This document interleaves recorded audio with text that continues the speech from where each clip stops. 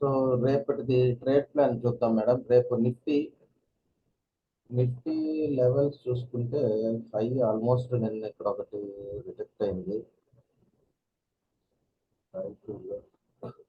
So closing ఎప్పుడు లో point లో క్లోజ్ అయింది మేడం. లో పాయింట్ లో క్లోజ్ అయింది అన్నప్పుడు ఫ్రైడే రోజు మార్కెట్ డౌ జోన్స్ కూడా మైనస్ లో ఉంది, ఎస్జిఎక్స్ నిఫ్టీ అయితే ఫ్లాట్ గా ఉంది. సో మోస్ట్ ప్రాబబ్లీ ఇక్కడే ఓపెన్ అవ్వచ్చు. నెక్స్ట్ సపోర్ట్ ఎక్కడ తీసుకుంటది అని చూస్తే ఇక్కడ ఒకటి ఉంది. సో 1 అవర్ టైం ఫ్రేమ్ చూద్దాం. నెక్స్ట్ సపోర్ట్ ఎక్కడ తీసుకోవచ్చు అంటే ఇక్కడ ఒకటి ఉంది. సో ఇది వచ్చి సో 19,200 దగ్గర సపోర్ట్ తీసుకోవచ్చు మేడం. 197 దగ్గర దాకా టచ్ అవ్వచ్చు. ఇది కానీ బ్రేక్ అయిపోతే 18,000 సార్ అది 18,197 లేదా 18,133. సో ఈ రెండింటి దగ్గర ఇప్పుడు బయ్యర్స్ ఉన్నారు.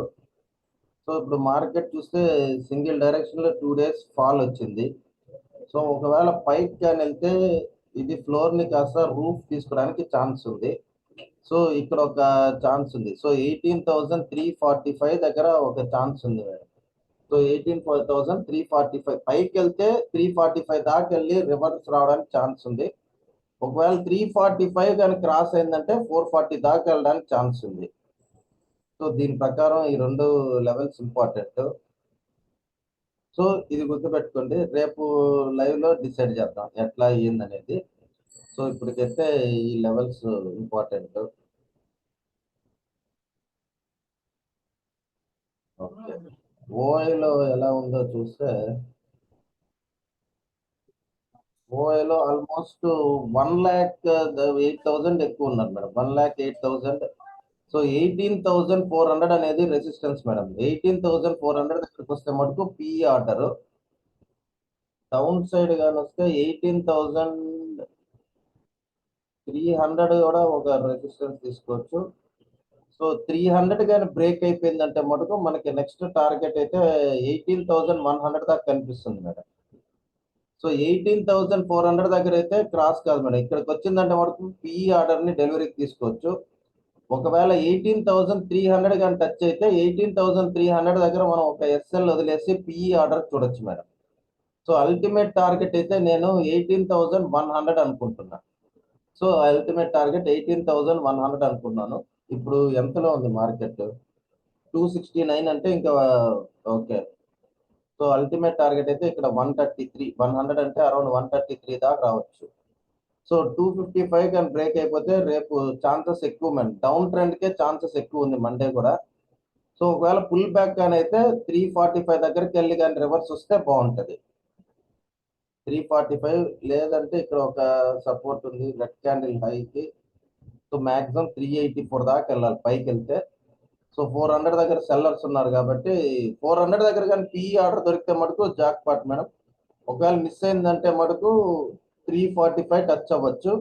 లేదంటే 255 కానీ మార్నింగే కానీ బ్రేక్ అయిపోతే ఫ్లాట్ ఓపెన్ అయ్యేటట్టుంది మేడం. ఫ్లాట్ కానీ ఓపెన్ అయిందంటే మటుకు మనం ట్రెండింగ్ మార్కెట్ ఎక్స్పెక్ట్ చేయొచ్చు నిఫ్టీలో. ఓకే, ఎక్సెల్ షీట్ ప్రకారం చూస్తే సో ఎక్సెల్ షీట్ ప్రకారం మనకి 18,348 దాటితేనే కాల్ ఆర్డర్ మేడం. 18,348 కానీ దాటిందంటే ఎక్కువ టార్గెట్ కూడా లేదు. 18,388 first target.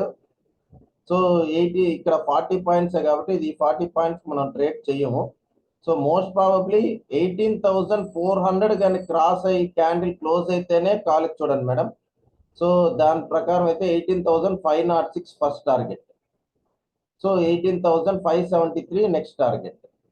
So most probably పైకి వెళ్ళదు అని అనుకుంటున్నాం కాబట్టి 348 కింద ఉన్నంతసేపు పిఈ సైడే మనం ఎక్కువ ఫోకస్ చేయాలి. పిఈనే ఫోకస్ చేయాలి. సో 388 కానీ దిగిందంటే మటుకు ఓకే. 388 దగ్గర కానీ 18,388 దగ్గర కానీ దొరికితే మటుకు పిఈ ఆర్డర్కి చూడండి. ఇది టాప్ ప్రయారిటీ మేడం. సో ఒకవేళ 18,295 మార్నింగ్ కానీ 18,295 కింద కానీ ఓపెన్ అయితే 295 దగ్గర నుంచి పి ఆర్డర్ తీసుకోండి. ఫస్ట్ టార్గెట్ వచ్చి 18,203, 18,136, 18,018. సో మనకి minimum first target second target రావచ్చు అనుకున్నా. ఇందాక మీరు చూసారంటే చార్ట్ ప్రకారం కూడా 18,133 అనేది ఒక సపోర్ట్ కింద యాక్ట్ అయింది. సో 18,203, 18,136 ఈ రెండు టార్గెట్స్ అయితే రేపు అచీవ్ చేయడానికి ఛాన్సెస్ ఎక్కువ ఉంటాయి మేడం.